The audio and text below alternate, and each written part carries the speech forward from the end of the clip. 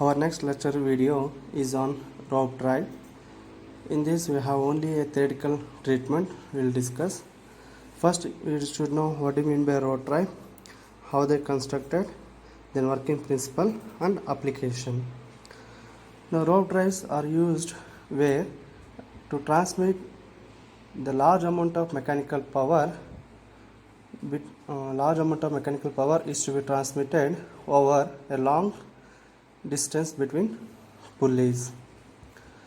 When power is to be transmitted over a long distances, then belts cannot be used due to heavy losses in power. In such cases, ropes can be used.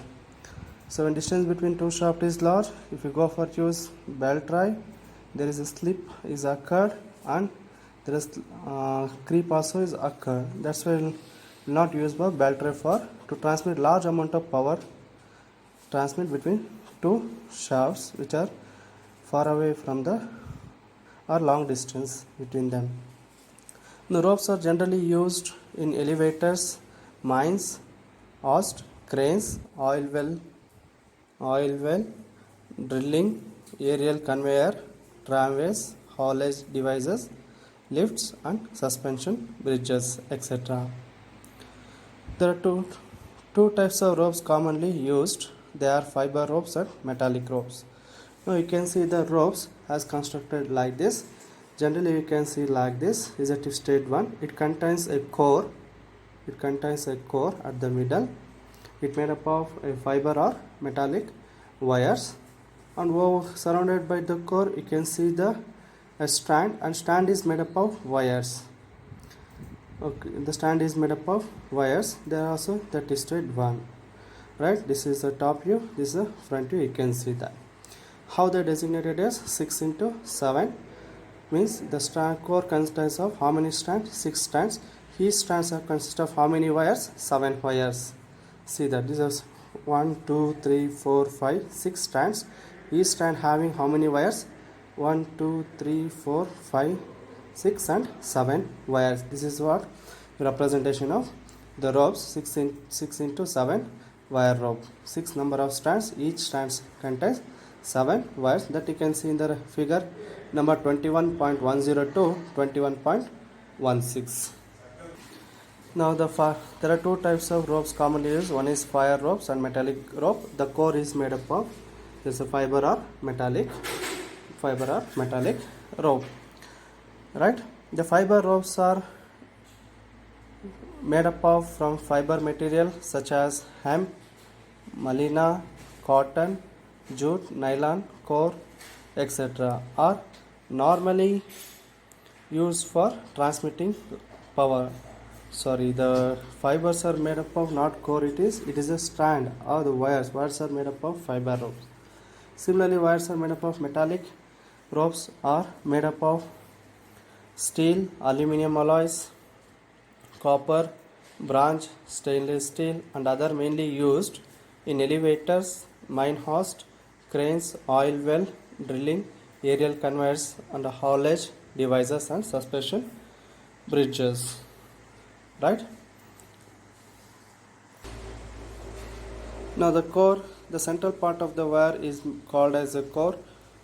It may be a fiber, wire, plastic, paper or asbestos. The fiber core is very flexible and very suitable for all conditions. Now the very important in the wire ropes is the mechanism what we use, the block and tackle mechanism, is also called as the scientist name hoisting tackle.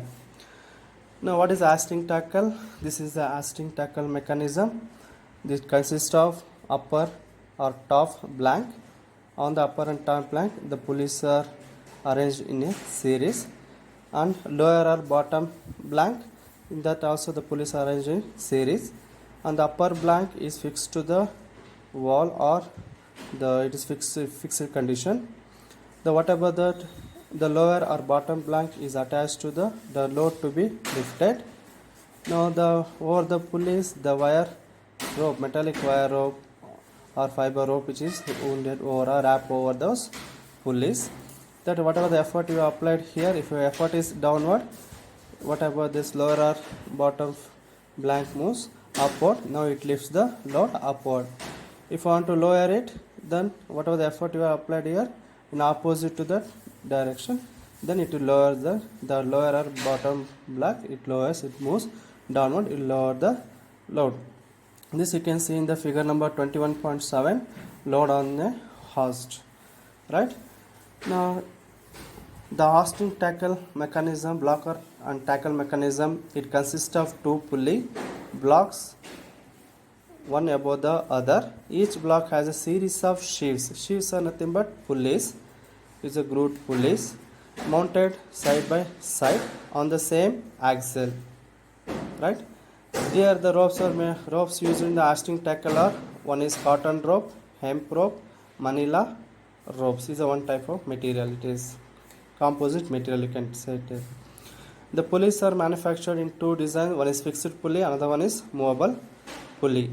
Now how the pulleys are arranged, the sheaves are arranged here. The pulley system is a combination of several movable and fixed pulleys or sheaves. The system can be used for a gain in force or gain in speed. The hoisting devices employ pulleys for a gain in force predominantly. The pulley systems for a gain in force are designed with a rope running off a fixed pulley, the rope with a rope running off a movable pulley.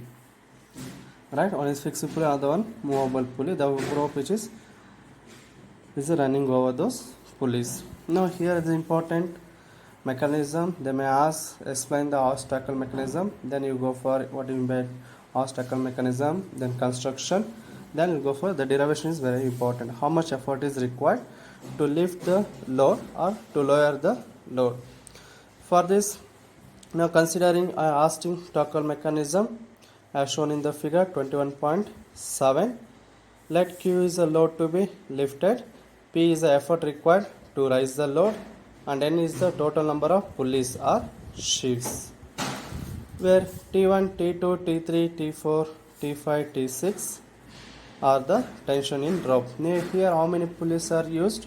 In upper or top line 3 pulleys are used, in lower or bottom line 3 pulleys are used. Total 6 pulleys are used or sheaves are used, where C is nothing but pulley coefficients or ratio of adjacent. This C value mainly depend upon whether raise the load or lower the load. If you want to raise the load, whatever the load effort we are applied here, that should be greater than this tension, right?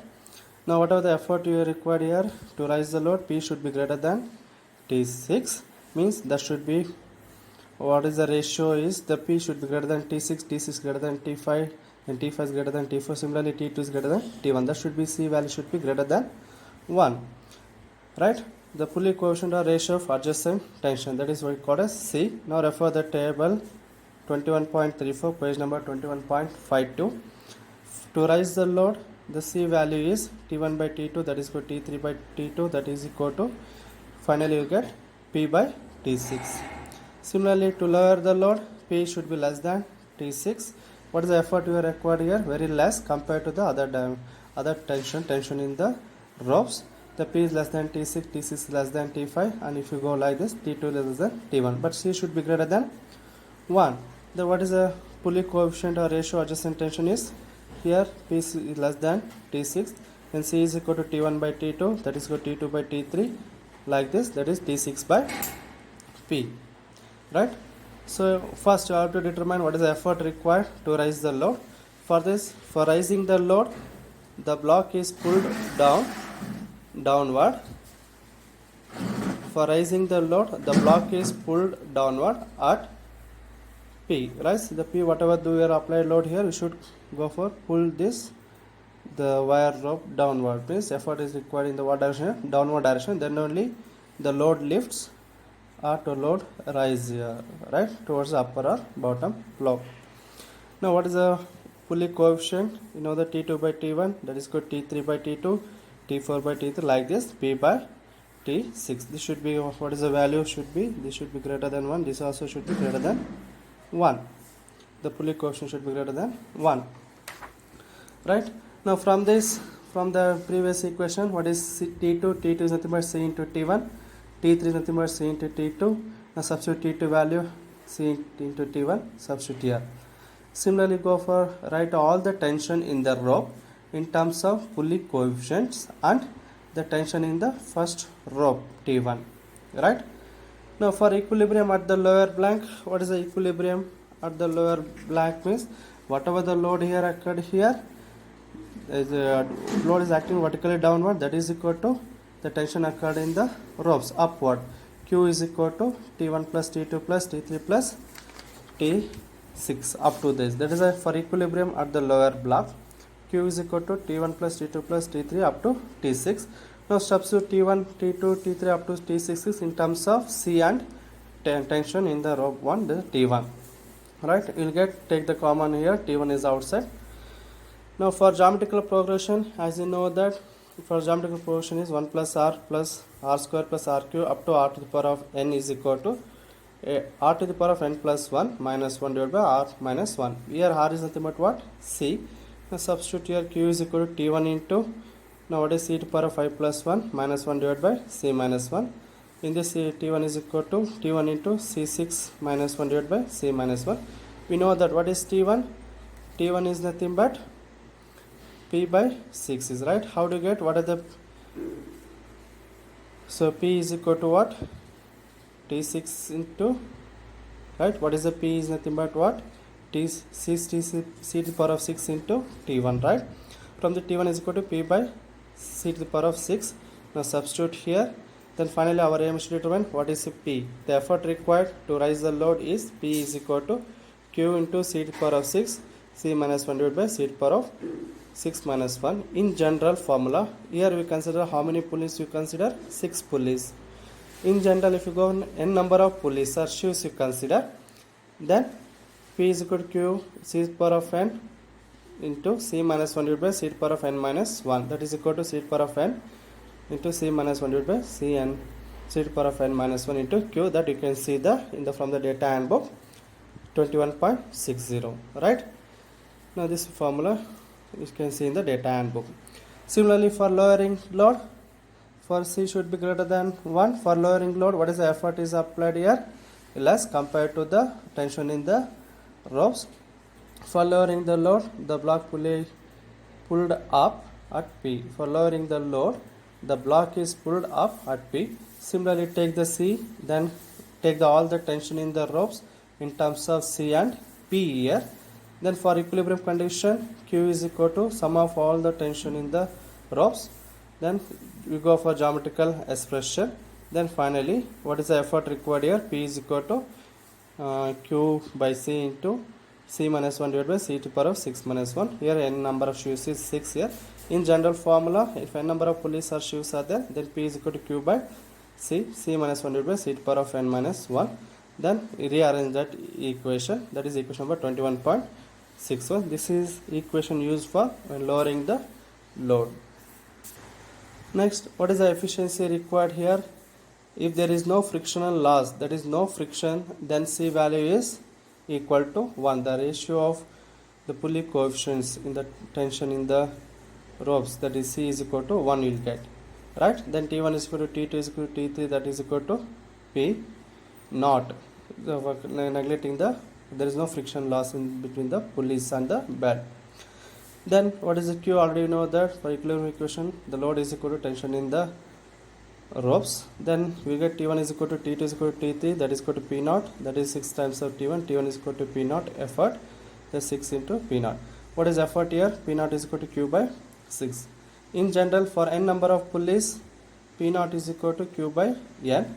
We know the efficiency is nothing but what is the effort required? There is no friction loss between the pulleys and rope, divided by effort required. There is a friction loss between the pulley and rope. Then substitute here, consider the raising the load. Then this will be the efficiency is required, right? Efficiency in the rope drive, that is 21 by referring the equation 21.62. We will see how do you get the C value pulley coefficients from the table 21.34. That's page number 21.52. Similarly, this is a important question. The derivation, after the derivation, now the problem is also there. Try to solve this problem, right? Yes, thank you for watching this video.